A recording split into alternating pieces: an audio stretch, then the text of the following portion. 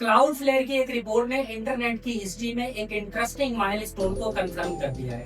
Bots अब हमसे ज्यादा इंटरनेट को यूज कर रहे हैं। मैंने इस रिपोर्ट के बारे में एक बहुत ही डिटेल्ड और कम्प्रिहेंसिव आर्टिकल अपनी वेबसाइट ऑप्टिमाइज विद सामल पर पब्लिश किया है।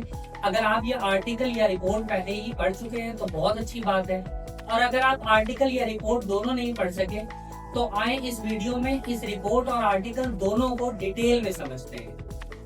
मेरा नाम है सामल जिया और आप देख रहे हैं ऑप्टिमाइज विद सामल।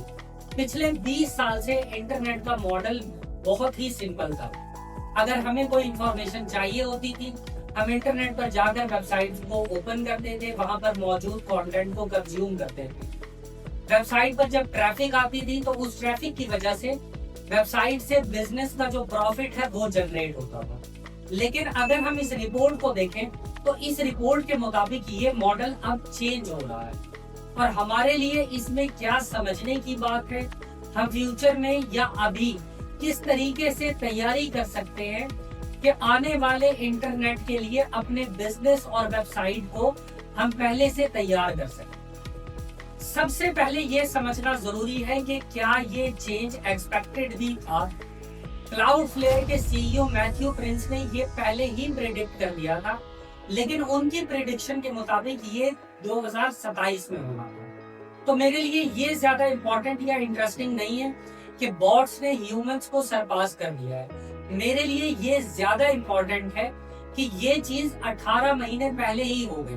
तो इसका मतलब ये है कि इंडस्ट्री के सेंटर में बैठे हुए लोगों की प्रेडिक्शन भी इस बारे में गलत है।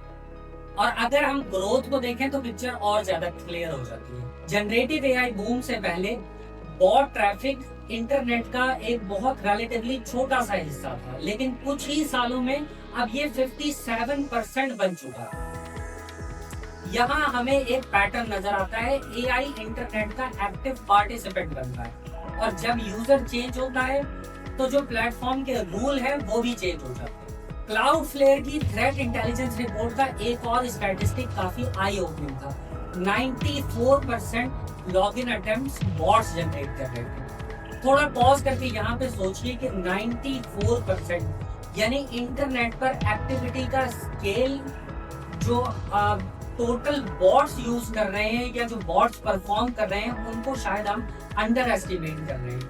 ऑटोमेशन अब किसी कॉर्नर में नहीं रही, ऑटोमेशन इंटरनेट की अब एक कोर एक्टिविटी बन गई है। और अब आते हैं उस एग्जाम्पल पर जो मेरे ख्याल में पूरी रिपोर्ट का सबसे इम्पोर्टेंट हिस्सा है। मान लो मुझे एक कैमरा खरीदना है, तो अगर मैं कैमरा खरीदने के लिए इंटरनेट को यूज करूंगा तो मैं ज्यादा से ज्यादा 5 वेबसाइट को ओपन कर लूंगा। लेकिन अगर यही काम कोई एआई एजेंट करेगा तो वो 5000 वेबसाइट्स तक को ओपन कर सकता है, 50,000 वेबसाइट्स को भी ओपन कर सकता है। यहाँ से एक नई प्रॉब्लम जनरेट होती है। बॉट आपकी वेबसाइट पर आ रहे हैं, आपके पास ट्रैफिक आ रही है, लेकिन आपका जो बिजनेस है वो प्रॉफिट में नहीं जा रहा। आपका जो प्रॉफिट का जो ग्राफ है वो कंपैरेटिवली अब नीचे की तरफ जा रहा है। और अब हम रिपोर्ट के सबसे इम्पोर्टेंट पॉइंट तक पहुंचते हैं, और वो ये पॉइंट है जिस पर मुझे लगता है कि वेबसाइट ओनर, कंटेंट क्रिएटर और एसईओ को सोचना चाहिए। अगर एआई आंसर्स बढ़ते हैं और यूजर्स वेबसाइट विजिट किए बिना आंसर हासिल कर लेते हैं, तो फिर ट्रेडिशनल मैट्रिक्स का क्या होगा। ट्रैफिक और रेवेन्यू हमेशा एक ही डायरेक्शन में मूव नहीं करेंगे, विजिबिलिटी और क्लिक एक चीज नहीं रहेंगे। और इसीलिए मुझे लगता है कि अगले कुछ सालों में डिजिटल मार्केटिंग के सबसे इम्पोर्टेंट सवाल चेंज होने वाले हैं। पहले सवाल था कि ट्रैफिक कैसे लेनी है, अब सवाल हो सकता है कि एआई मुझे साइट क्यों करे, एआई मेरी इंफॉर्मेशन पर ट्रस्ट क्यों करे, एआई मेरी वेबसाइट को सोर्स क्यों करे। क्योंकि बॉट्स ह्यूमन को क्रॉस कर चुके हैं, ये मेन हेडलाइन उस रिपोर्ट की है।